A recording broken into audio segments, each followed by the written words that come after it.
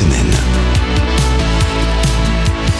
Bonjour Charlotte Jacobsen, merci d'être avec nous. Comment ça va ce matin ? Bonjour Philippe Morax. Merci ça d'être va là. très bien, merci. Ce matin, 2 ouvrages captivants pour grands enfants s'invitent sous le sapin, explorant chacun à leur façon la richesse de la faune qui nous entoure et l'urgence de sa préservation. Dans l'album tout d'abord de Michel Larieux, le lecteur parcourt, il parcourt la lettre après lettre, une abécédaire de 26 espaces qu'il pourrait bien ne plus jamais croiser.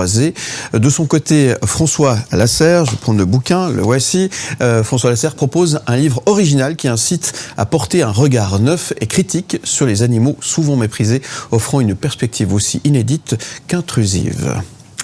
Alors oui, on va commencer par ce grand album de Michel Larieux. Il est beau, et de Daria Schmidt. Oui, très beau ce livre. Pour les peintures, il est absolument magnifique. Vous pouvez l'ouvrir pour montrer les impressionnantes peintures de Daria Schmidt. Je vous laisse raconter l'histoire pendant que je montre les images. C'est bien, c'est comme ça. Oui, donc le gigantisme est à l'honneur, grand format, peinture fabuleuse. Il s'agit de présenter, comme vous le disiez, de A à Z, 26 espèces, dead as a dodo, comme disent les anglo-saxons, et qu'on peut traduire par morte de chez morte. Ça, c'est sûr, on ne va plus pouvoir les croiser.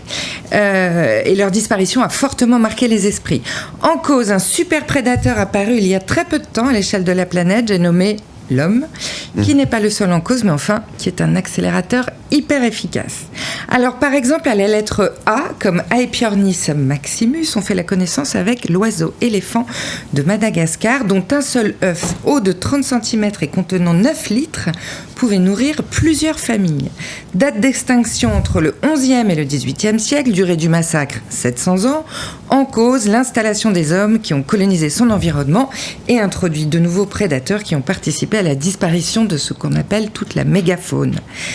À la lettre H, par exemple, on fera aussi connaissance avec l'Hydrodamalis gigas, un phoque géant à queue de baleine, aussi appelé vache de mer, et qui ressemblait à une sirène bien dodue. On pouvait la croiser dans le Pacifique Nord. Date d'extinction 1768, durée du massacre 27 ans, en cause la chasse pour sa viande et sa lettre H, voilà. Quel dommage, ouais. Voilà.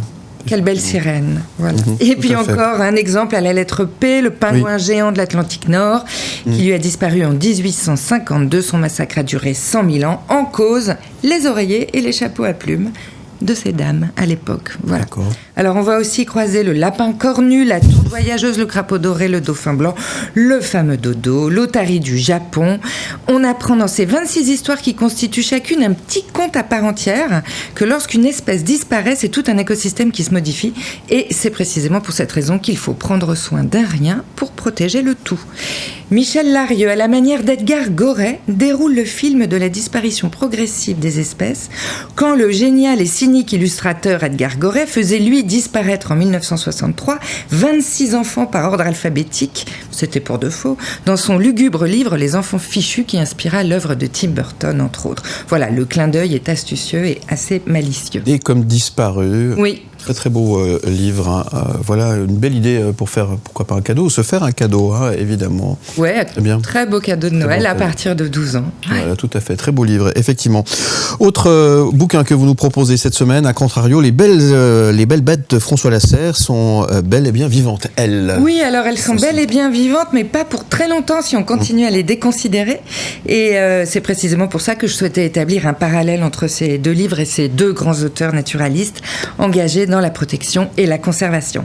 Alors François Lasserre, lui, il a une approche très originale. Il va décrire 24 espèces moche, enfin qu'on, le commun des mortels a tendance à trouver moche, et classé ésode, c'est-à-dire susceptible d'occasionner des dégâts. À l'époque, on disait nuisible, selon 4 points de vue. Celui des gens normaux, donc vous et moi, celui des spécialistes, les entomologistes, spécialistes des insectes, les mammalogistes, spécialistes des mammifères, les ornithologues, spécialistes des oiseaux, celui des écologues, les scientifiques spécialistes de l'environnement, et celui des animalistes qui s'occupent du bien-être des animaux.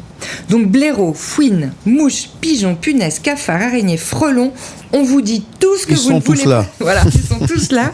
Et on vous dit tout ce que vous ne voulez pas savoir pour vous faire sortir de votre zone de confort et puis remettre en cause vos idées reçues qui, elles, pour le coup, sont nuisibles à l'environnement. Et puis tout cela pour réinjecter de la rationalité dans nos réactions épidermiques face à tout ce qui a beaucoup de pattes et beaucoup de pustules.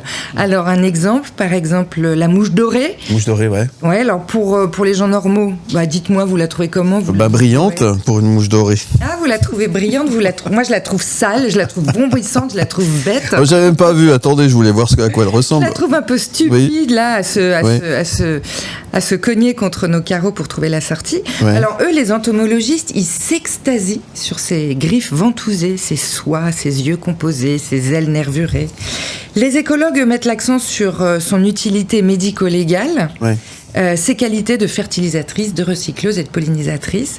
Et les animalistes la disent sensible, ou plus précisément sentiente, drôle, unique et propre. Bref, François Lasserre nous incite... Oui, elle est très très propre puisqu'elle recycle.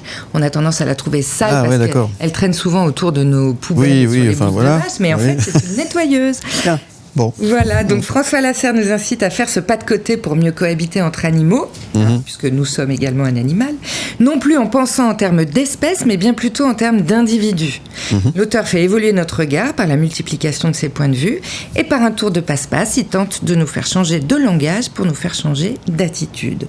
Voilà, donc ces deux ouvrages, Dès comme disparu et Facettes fascinantes de Belle Bête, sont deux livres accessibles à partir de 12 ans pour les petits, pour les grands, engagés mais sans prosélytisme, riches d'informations et de couleurs, et qui pourront faire office d'histoire du soir par double page. Très bien, merci pour ces deux bouquins, très très bien choisis. Merci de votre écoute. Charlotte Jacobson, merci beaucoup. Charlotte, on va se retrouver évidemment la semaine prochaine. Les fêtes approchent à grands pas, j'imagine que vous avez déjà exploré un peu ce qui va se passer en termes de sortie de bouquins, il y a pas mal de choses. Ah oui, la semaine prochaine, on se mettra à table. On se mettra à table. On se mettra à table, un peu en avance. Très bien, vous allez faire de la concurrence à Knut Wander le vendredi. Exactement. C'est très bien. J'ai envie de l'embêter. Eh bien, très bien. Merci pour ces bouquins. On vous retrouve évidemment en podcast et en image sur le site mlemedia.ch. Rendez-vous la semaine prochaine pour se mettre à la table de Charlotte Jacobson. Voilà. À bientôt. À bientôt. Où tu veux.